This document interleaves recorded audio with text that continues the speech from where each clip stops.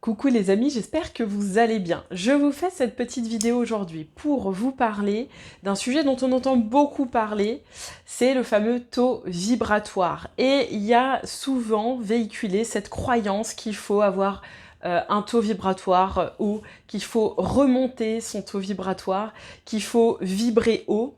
Et je dirais même que c'est même plus qu'une croyance, c'est même une injonction. Et on vient du coup finalement à encore une histoire de performance. Il faut être performant même sur son taux vibratoire. Ah mon Dieu Arrêtons avec ça. Est-ce que tu t'es déjà posé la question de pourquoi tu voulais un taux vibratoire haut? Est-ce que c'est juste parce qu'on t'a dit que c'était bien? Et au-delà de ça, est-ce que tu t'es déjà demandé quel était le taux vibratoire le plus juste pour toi, le plus confortable pour toi? Est-ce que le taux vibratoire le plus confortable pour toi est forcément un taux vibratoire haut, là tout de suite? J'ai envie de rappeler ce que c'est déjà que le taux vibratoire. C'est quoi ce taux vibratoire? C'est simplement la moyenne de plein de vibrations qui nous composent. On vibre tous simultanément sur plusieurs vibrations.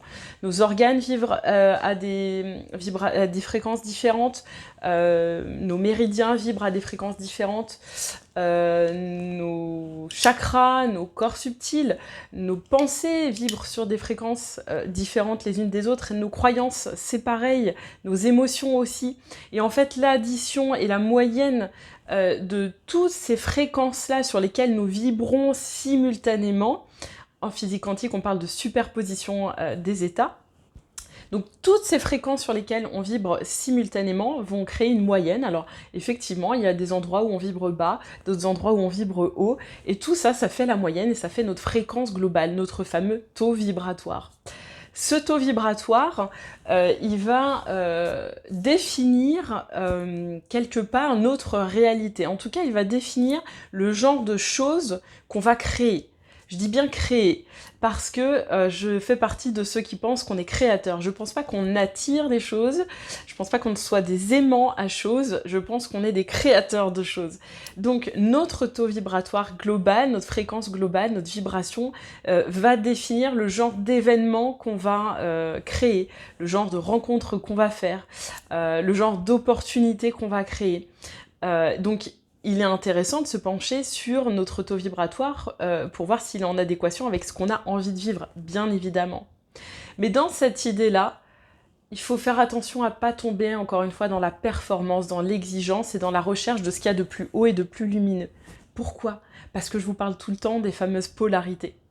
Si on accepte d'avoir un taux vibratoire haut, il faut aussi accepter d'avoir un taux vibratoire bas. Ben oui, il y a les deux. Il y a la lumière et il y a l'ombre, il y a le haut et il y a le bas. On ne peut pas tout le temps vibrer haut. C'est pas bien non plus de vibrer bas tout le temps, d'accord? Mais si on veut l'un, il faut aussi accepter la présence de l'autre. Et à l'intérieur de soi, on peut avoir aussi des endroits où ça vibre très haut et puis des endroits où ça vibre très bas.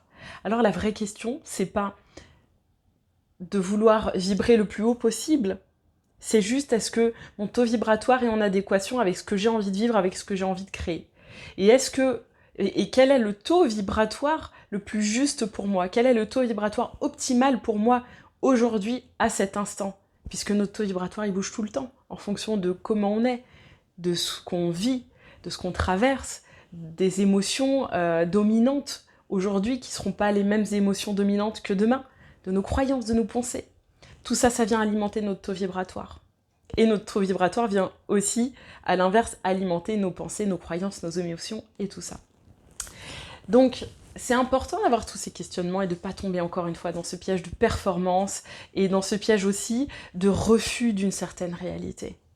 Vouloir tout le temps être dans la lumière, vouloir tout le temps être dans une haute vibration, c'est contre-productif. La vraie question, c'est qu'est-ce qui est juste pour moi? Quelle est la vibration qui est juste pour moi aujourd'hui? Quelle est la vibration la plus acceptable pour moi, la plus confortable pour moi aujourd'hui? Quelle est la vibration qui me permet de créer ce que j'ai envie de créer, ce que j'ai envie de vivre dans mon quotidien? C'est ça les vraies questions. Allez, je vous laisse avec ça. Ciao!